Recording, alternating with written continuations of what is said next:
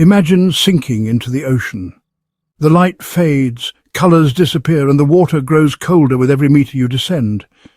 At first it feels peaceful, quiet, almost like floating in another world, but keep going, 1 mile down, then 2. Suddenly the ocean is no longer just water, it's a crushing, invisible weight pressing against your body with unimaginable force. So what actually happens to the human body 2 miles under the ocean? To understand, we need to start with pressure.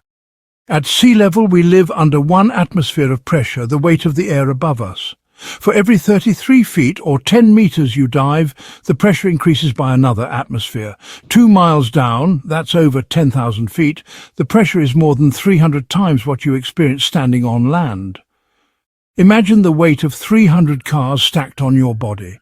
That's what the ocean does to anything at that depth. But here's the shocking part. Your body wouldn't just collapse instantly. Human tissue, made mostly of water, is actually surprisingly resistant to compression.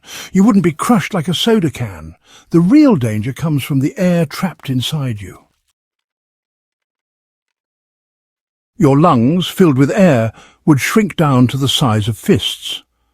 Breathing at that depth would be impossible without special equipment, because oxygen molecules get squeezed into your blood in dangerous amounts.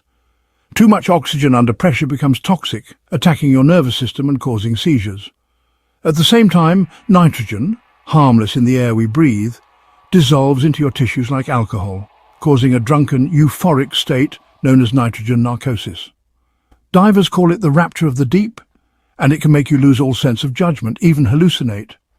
Stay too long, and nitrogen forms deadly bubbles in your blood when you ascend. That's the infamous decompression sickness, or the bends.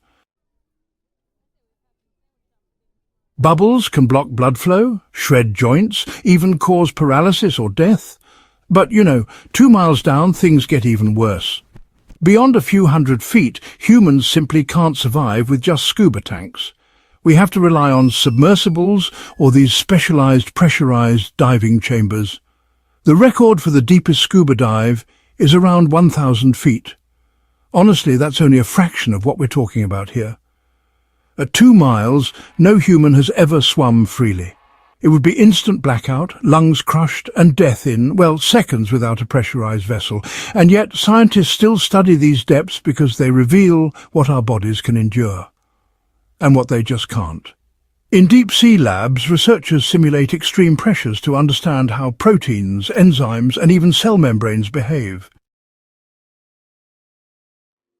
Some discoveries even have medical applications, like new treatments for decompression sickness or advances in high-pressure medicine. There's also the psychological side. Imagine being locked in a submersible at 2 miles down. Total darkness surrounds you. The temperature hovers just above freezing.